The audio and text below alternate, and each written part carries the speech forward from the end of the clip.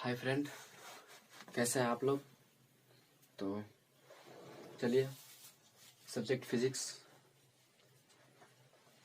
Lesson 1 जो कि प्रकाश का परावर्तन है, पिछले वीडियो में भी हम लोगों ने देखा। तो चलिए, आज का हमारा टॉपिक है प्रकीर्णन। तो प्रकीर्णन किसको कहते हैं? तो जब प्रकाश की किरण जैसे सूर्य से आता हुआ प्रकाश हो किसी सूक्ष्म कण पर पड़ता है, जैसे वायु के अणुओं या धूल कणों पर पड़ता है, तो वे कण पर पड़ने वाली ऊर्जा को अवशोषित कर फिर उसे चारों ओर विकसित करती है। क्या कहलाती है? प्रकीर्णन कहलाती है। अब देखते हैं कि इसी प्रकीर्णित प्रकाश के कारण हम दिन में ऐसे भी वस्तुओं को देख पाते हैं जिस पर सूर्य का प्रकाश सीधे नहीं पड़ता है। ऐसे भी वस्तुओं को हम दिन में देख पाते हैं जिस पर सूर्य का प्रकाश सीधा नहीं पड़ता है। तो अब देखते हैं कि प्रकाश की किरण, तो एक सरल रेखा में चलने वाली किरण को प्रकाश का किरण कहते हैं। जैसे मान लीजिए यह कोई रेखा है, इस पर जो प्रकाश चलेगा, इस रेखा पर जो प्रकाश चलेगा उसको हम कहेंगे प्रकाश की किरण। क्योंकि इससे ऊपर नीचे होगा तो ये तो हमारा मतलब किरण जो है सो रेखा से हट रहा है, इसलिए यह नहीं होगा। जो रेखा पर चलेगा उसको ही कहेंगे प्रकाश की किरण। अब देखते हैं कि प्रकाश की किरण पुंज किसको कहते हैं। तो प्रकाश के किरणों के समूह को किसको? प्रकाश के किरणों के समूह को प्रकाश का किरण पुंज कहा जाता है। मुख्यतः किरण पुंज 3 प्रकार के होते हैं। मुख्यतः किरण पुंज 3 प्रकार के होते हैं। पहला अपसारी किरण पुंज, दूसरा समांतर किरण पुंज, तीसरा अभिसारी किरण पुंज। तो चलिए इसके बारे में बारी बारी से अध्ययन करें। पहला अपसारी किरण पुंज। इस प्रकार के किरण पुंज में प्रकाश की किरणें एक बिंदु स्रोत से निकलकर फैलती चली जाती है। इस प्रकार के किरण पुंज में प्रकाश की किरणें एक बिंदु स्रोत से विभिन्न दिशाओं में फैलती चली जाती है। जैसे कि देख लीजिए, यह कोई बिंदु है, इससे जो भी प्रकाश निकलेगा, जो भी प्रकाश इससे निकलेगा, यह विभिन्न दिशाओं में फैलती चली जाएगी। अतः ऐसे किरण पुंज में प्रकाश के किरणों के बीच की दूरी बढ़ती है। क्या होती है? ऐसे किरण पुंज में प्रकाश के किरणों के बीच की दूरी बढ़ती है। तो चलिए अब देखते हैं समांतर किरण पुंज। ऐसे किरण पुंज में प्रकाश के किरणें एक दूसरे के समांतर होती है। ऐसे किरण पुंज में प्रकाश के किरणें एक दूसरे के समांतर होती है, समांतर किरण पुंज कहलाती है।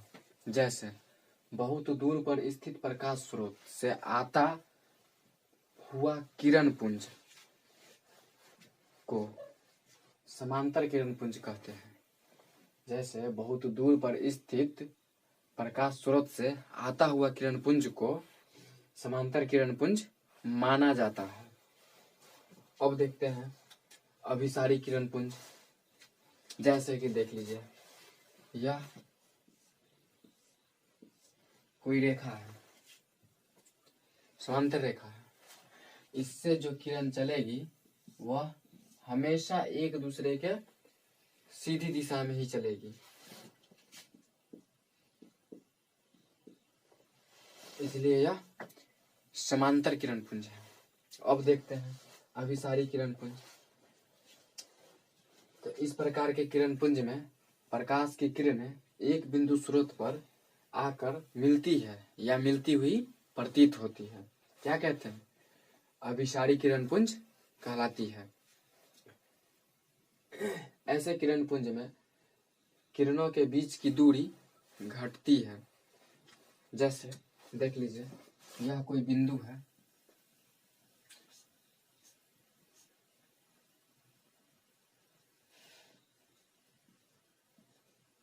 यह कोई बिंदु है और इस बिंदु पर विभिन्न दिशाओं से जो किरण आएगी वह इस बिंदु पर आएगी। तो जब यह किरण आएगी तो जैसे जैसे किरण नजदीक आएगी वैसे वैसे यह किरण एक दूसरे के नजदीक आएगी। इसीलिए ऐसे किरण पुंज में किरणों के बीच की दूरी घटती है। इसका जैसे जैसे नजदीक आएगा वैसे वैसे इसका दूरी घटेगा, इसका दूरी घटेगा। तो ऐसे किरण पुंज में किरणों के बीच की दूरी क्या होती है, घटती है। चलिए अब देखते हैं पारदर्शी, पारभासी और अपारदर्शी पदार्थ के बारे में। तो चलिए बारी बारी से तीनों के बारे में जाने। पहले देखते हैं पारदर्शी पदार्थ।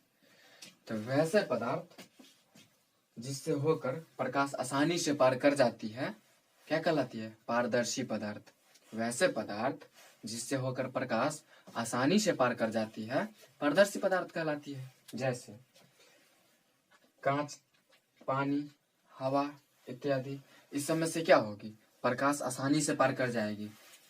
जैसे देख लीजिए कांच, किसी भी कांच को ऐसे खड़ा करेंगे और इधर से लाइट आएगा और इधर से हम देखेंगे तो क्या दिखाई नहीं देगा, और इधर से लाइट आएगा तो ये लाइट इधर से इधर पार नहीं करेगा, कर जाएगा। अब देखते हैं पारभासी पदार्थ। तो वैसे पदार्थ जो अपने में से होकर, वैसे पदार्थ जो अपने में से होकर प्रकाश के कुछ हिस्सों को जाने दे पारभासी पदार्थ कहलाती है। वैसे पदार्थ जो अपने में से होकर प्रकाश के कुछ हिस्सों को जाने दे पारभासी पदार्थ कहलाती है। जैसे घिसा हुआ कांच, तेल लगा हुआ कागज, बैलून का रबर इत्यादि, और भी बहुत कुछ होता है, दूध, दही, ये सभी। तो इससे होकर प्रकाश का आंशिक भाग ही पार कर पाएगा, पूरा प्रकाश पार नहीं कर पाएगा, आंशिक भाग पार कर पाएगा। तो चलिए अब देखते हैं अपारदर्शी पदार्थ के बारे में।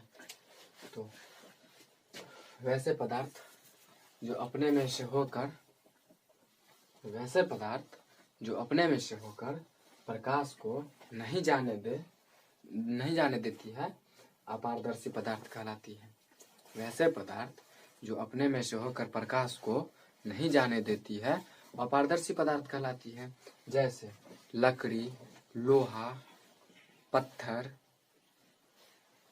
धातु की प्लेट इत्यादि, और भी बहुत कुछ होते हैं, जैसे अलकतरा, पेन, ये सभी अपारदर्शी पदार्थ हैं। इससे होकर प्रकाश पार नहीं कर पाएगी, आंशिक भाग भी प्रकाश का इससे होकर प्रकाश नहीं पार कर पाएगा।